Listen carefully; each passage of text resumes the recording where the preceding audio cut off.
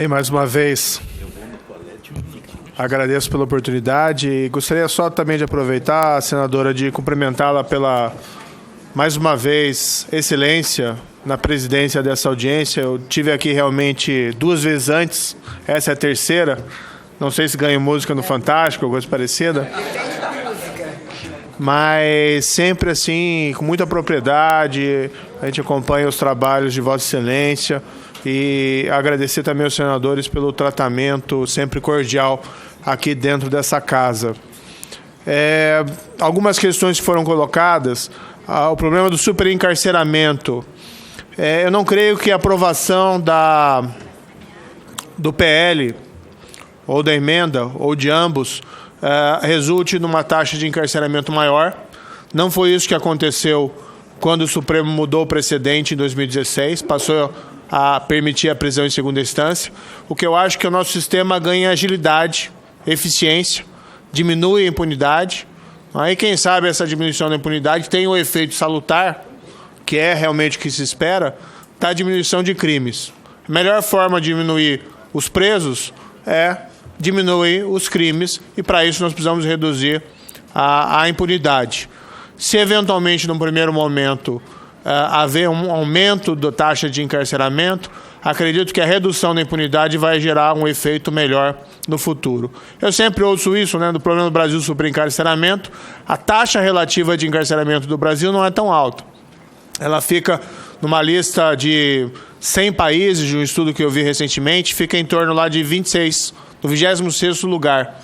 O número absoluto é expressivo, mas a taxa relativa não é assim tão significativa. De todo modo, para aqueles que me falam, né, assim, mas o preso custa muito caro. Eu concordo, né, mas o criminoso solto custa muito mais caro. Então, um homicida que reitera a prática de crime, um homicida que não é punido e incentiva o desprezo à lei, um agente público corrompido que reitera essas condutas delitivas, né, nós temos alguns infelizes exemplos. Então, assim, não creio que tenha esse efeito de imediato. Ao contrário, eu acho que no futuro, com a diminuição dos crimes, nós podemos ter números melhores. Sei que também essa é a posição de Vossa Excelência, né, a esse respeito. A questão relativa ao pacote anticrime, há uma possibilidade de votação. Há essa expectativa de votação na Câmara essa semana. Claro que isso depende também da pauta da Câmara. O que eu tenho buscado convencer os parlamentares da importância desse projeto. Eu acho ele relevante, independentemente da questão da segunda instância, existem lá outras medidas que são extremamente pertinentes, na minha opinião, e estamos aguardando a decisão da Câmara. Espero que possamos ver isso votado ainda esse ano. A redução da prescrição, como foi indagado aqui pelo senador Telmário, é pertinente, diminuição das causas de prescrição. Até me atreveria a dizer, sugerir um projeto à parte em um determinado momento que fosse eliminada a prescrição em casos de crime de assassinato. Vários países não têm prescrição em casos de homicídio, feminicídio, e às vezes existem umas situações de acentuada injustiça. Até países que não têm essa regra da prescrição para esse tipo de crime, por vezes pedem extradição para nós, de pessoas que se foragiram no Brasil por conta desses tipos de crimes, e nós não conseguimos, às vezes, atender a extradição porque já está prescrito pela lei brasileira. Mas o problema da segunda instância não é um problema de prescrição. O problema da segunda instância fundamental é a impunidade decorrente da demora do processo. Mesmo com a eliminação da prescrição, isso não se resolveria. Eu diria que, para finalizar a minha exposição, mais uma vez, muito respeitosamente, eu acho que essa decisão, se é PEC, se é PL, se são ambos, é uma decisão que pertence ao Congresso, né? Ao Senado, à Câmara. Cabe realizar essa decisão. Como ministro da Justiça e da Segurança Pública, apenas eu externo minha posição pessoal, que, a meu ver, a resolução dessa questão é urgente. Tá? Quantos homicidas, quantos traficantes, quantos agentes públicos corruptos estão sendo colocados em liberdade, não porque são inocentes, né? Não porque existe uma situação de justiça, mas apenas por uma modificação da regra processual. E comungo aqui com a compreensão do senador Major Olímpio, que um homicida solto já é um número até demais em relação a essa questão. Dá para se fazer uma metáfora, embora talvez seja uma metáfora ruim, e aqui peço escusas por isso, é como se nós estivéssemos num barco, né, esse barco sistema de justiça, e de repente nós tivéssemos um furo nele. E o barco está afundando, vem alguém para consertar o seu barco e a pessoa diz, olha, você precisa de um barco novo, mas isso vai levar alguns meses, isso vai levar algum ano, e pode ser que você não consiga esse barco novo. Mas você quer, no momento, apenas fechar o furo e não afundar. Eu acho que tanto o PL como a emenda são soluções consistentes com a Constituição e não são alternativas que mutuamente se excluem. Da posição do ministro da Justiça e Segurança Pública, quanto antes, melhor. Agradeço ao ministro Sérgio Moro, mais uma vez agradecendo a disponibilidade de sempre, que 2020 possa se repetir, tê-lo novamente, não apenas 3, mas quem sabe 4 ou 5 vezes, porque Vossa Excelência sempre, quando vem, engrandece essa casa, a reunião e os debates da Comissão de Constituição e Justiça. Muito obrigada e sei que Vossa Excelência tem um compromisso. Antes de dar continuidade, eu me despeço de Vossa Excelência. Continuando a sessão, a reunião passa a palavra ao desembargador Vladimir para responder ao questionamento, salvo engano, feito pelo senador Álvaro Dias. Senhora presidente. É que eu tenho vindo tanto aqui... Ainda bem senador. Desculpa, ministro, ainda bem que eu não disse ministro do Supremo, então... É que eu tenho vindo tanto aqui que já estou virando senador.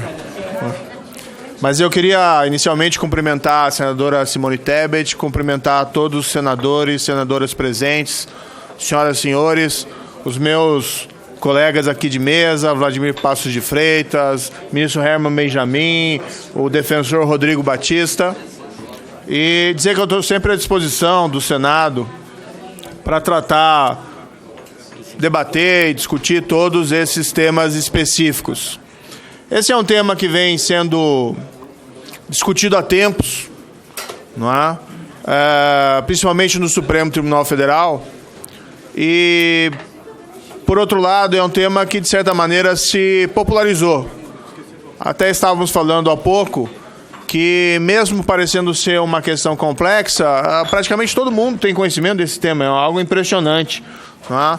Da pessoa, vamos dizer assim, mais graduada em educação até as pessoas mais simples, mas as pessoas em geral compreendem que basicamente o que nós estamos falando aqui é uma questão de justiça e uma questão de segurança pública. A minha posição sobre esse tema já foi publicizada várias vezes. A minha compreensão é que nós temos um processo judicial, que é um processo judicial que é importante que tenha garantido os direitos de defesa do acusado, mas é um processo também que precisa ter a garantia dos direitos da vítima e dos direitos da sociedade. Isso significa que o processo, ele não pode ser um processo sem fim, um processo infindável. Então nós temos que estabelecer um momento a partir do qual um julgamento condenatório, criminal, ele passe a valer, que ele seja eficaz.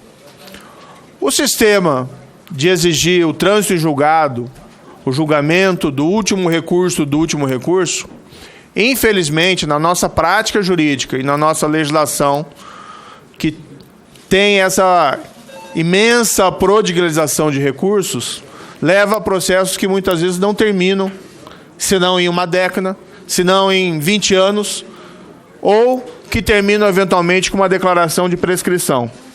Isso gera situações de injustiça, e todos conhecem casos concretos nos quais vítimas de crimes, seja a própria vítima ou seja os seus parentes, não viram na sua vida a realização da justiça e geram situações que favorecem a proliferação de mais condutas criminais. A impunidade dos crimes é um dos fatores que acabam estimulando a reiteração desses crimes.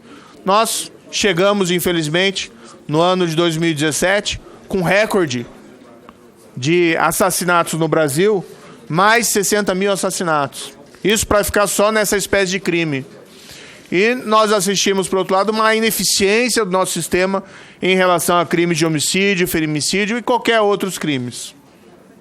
Há aqueles que argumentam que seria necessário aguardar o último recurso por conta lá do princípio da presunção de inocência.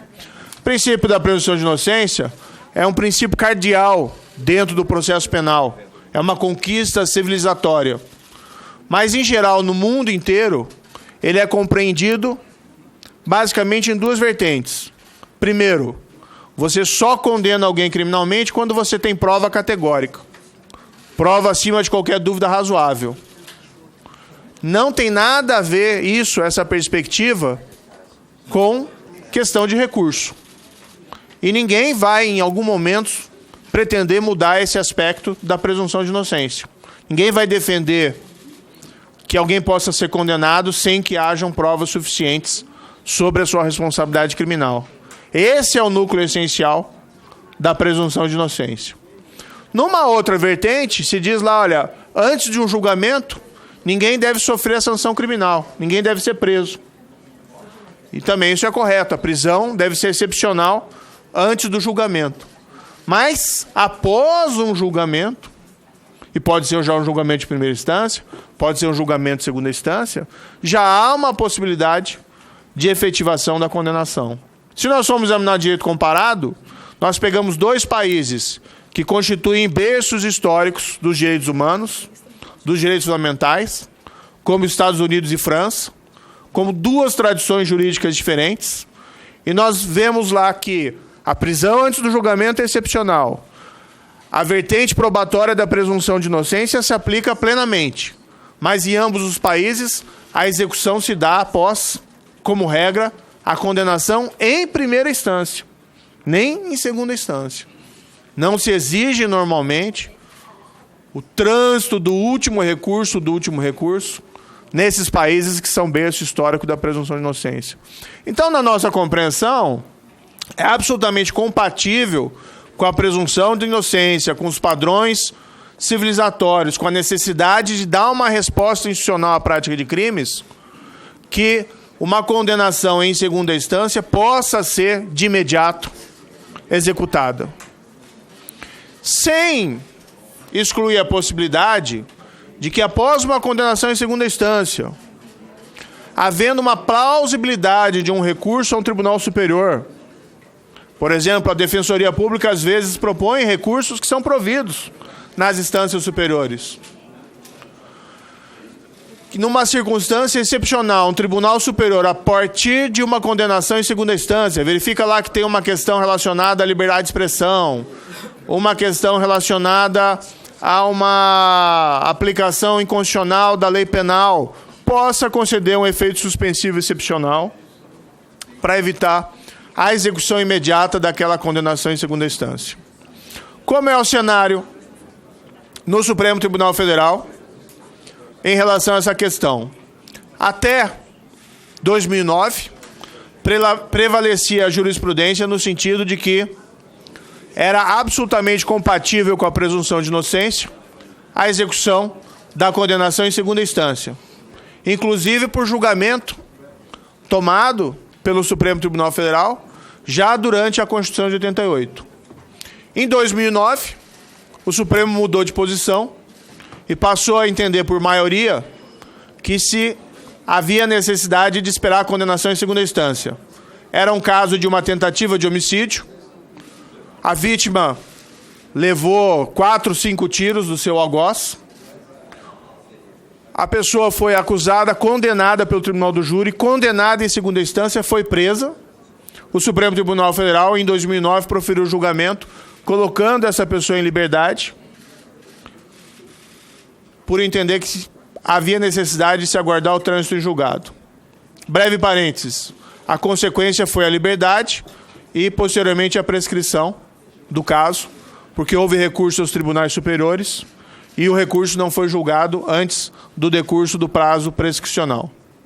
Em 2016, o Supremo Tribunal Federal formou uma nova maioria para restabelecer a prisão a partir da condenação em segunda instância. Desde então, por 3 vezes, reiterou esse posicionamento e, mais recentemente, modificou por uma apertada maioria de 6-5, que seria necessário aguardar o trânsito em julgado. Respeitamos o entendimento do Supremo Tribunal Federal. O Supremo Tribunal Federal é uma instituição fundamental para o Estado de Direito, para a proteção da Constituição, para a nossa democracia. Mas o julgamento apertado, revendo um precedente no qual havia uma outra maioria, sinaliza, na minha opinião, e com todo respeito ao Supremo Tribunal Federal, que a questão não está de todo sedimentada naquela corte. 5 ministros, pelo menos, entendem que a execução em segunda instância já é uma possibilidade atual. E o ministro que votou na maioria, ministro Dias Toffoli, ele mesmo, no seu voto, sinalizou que entendia que era uma questão que deveria ser decidido pelo Congresso, que é o melhor lugar, é a casa do povo. O parlamento é o órgão mais representativo dentro de uma democracia. Desde então, eu tenho assistido aqui dentro do parlamento essas proposições de alteração para restabelecer a execução em segunda instância por proposta de emenda constitucional e por projeto de lei. Eu, francamente, penso que 2 caminhos são válidos. Os 2 caminhos são possíveis e me parece que nessa maioria apertada e com o voto do ministro Dias Toffoli, essa é a sinalização, igualmente, do Supremo Tribunal Federal, tanto da possibilidade via PEC, como da possibilidade via projeto de lei. Em outra perspectiva, eu não vejo as 2 iniciativas como mutuamente excludentes. Não existe nenhum problema em votar a PEC e votar concomitantemente o projeto de lei. Do ponto de vista da justiça e da segurança pública, eu vejo a questão com uma certa urgência. Desde a revisão do precedente, diversos condenados em segunda instância, e eu não me refiro aqui exclusivamente à corrupção, mas pessoas condenadas por crimes graves, inclusive de homicídios. Trouxe alguns casos e posso até falar depois nas perguntas, mas destacar um aqui em particular. Um condenado em segunda instância por assassinato de policial federal na cidade de Cascavel. Dias depois o precedente foi colocado em liberdade. Um traficante perigoso do Rio de Janeiro, líder de facção criminosa, foi colocado em liberdade dias depois, por conta do novo precedente. Sem falar, tem vários casos que poderiam ser ilustrados, mas sem falar nos casos também envolvendo crime de corrupção, o que gera, assim, além da situação de injustiça, uma sensação de impunidade, uma sensação de abandono, uma sensação de insegurança. Como ministro da Justiça e Segurança Pública, nós temos assistido, desde o início do ano, uma redução significativa da prática, ou melhor, do número de crimes no país inteiro. Homicídios caíram 22% em relação ao mesmo período do ano passado. Roubos à instituição financeira caíram 40%. Isso, a meu ver, é um produto de uma ação mais efetiva dos governos estaduais, mas também do governo federal. E nós não podemos perder esse ciclo virtuoso de redução de crimes. Na minha avaliação, seria muito importante, para que nós persistíssemos nessa queda, uma aplicação mais efetiva da lei penal, o que exige redução da impunidade, o que exige um processo que funcione e não que dure 2, 3 décadas ou acabe em prescrição. Aí acho que é um momento relevante no qual o Congresso, e aqui respeitosamente, quem sou eu para dar sugestões ou recomendações, mas para o Congresso mandar uma mensagem à população no sentido de que nós precisamos sim enfrentar o problema da impunidade e da criminalidade, e não haveria melhor mensagem do que o restabelecimento da prisão após a condenação em segunda instância. Claro que a decisão, se é por PEC, se é por PL, se é por ambos, cabe ao Congresso, não é? Eu particularmente penso como disse anteriormente, que os dois não são autoexcludentes. E se tem uma maioria dentro do Congresso para aprovar essa medida, não vejo lá muito sentido para postergação, né?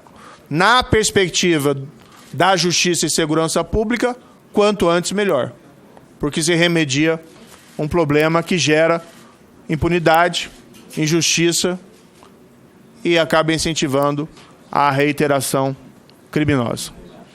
Acho que essas seriam minhas considerações iniciais, senador, e eu fico à disposição depois para qualquer indagação, qualquer pergunta a esse respeito. Agradecemos ao excelentíssimo ministro da Justiça, doutor Sérgio Moro, pela exposição inicial e passamos agora a palavra ao excelentíssimo ministro do Superior Tribunal de Justiça, doutor Herman Benjamin.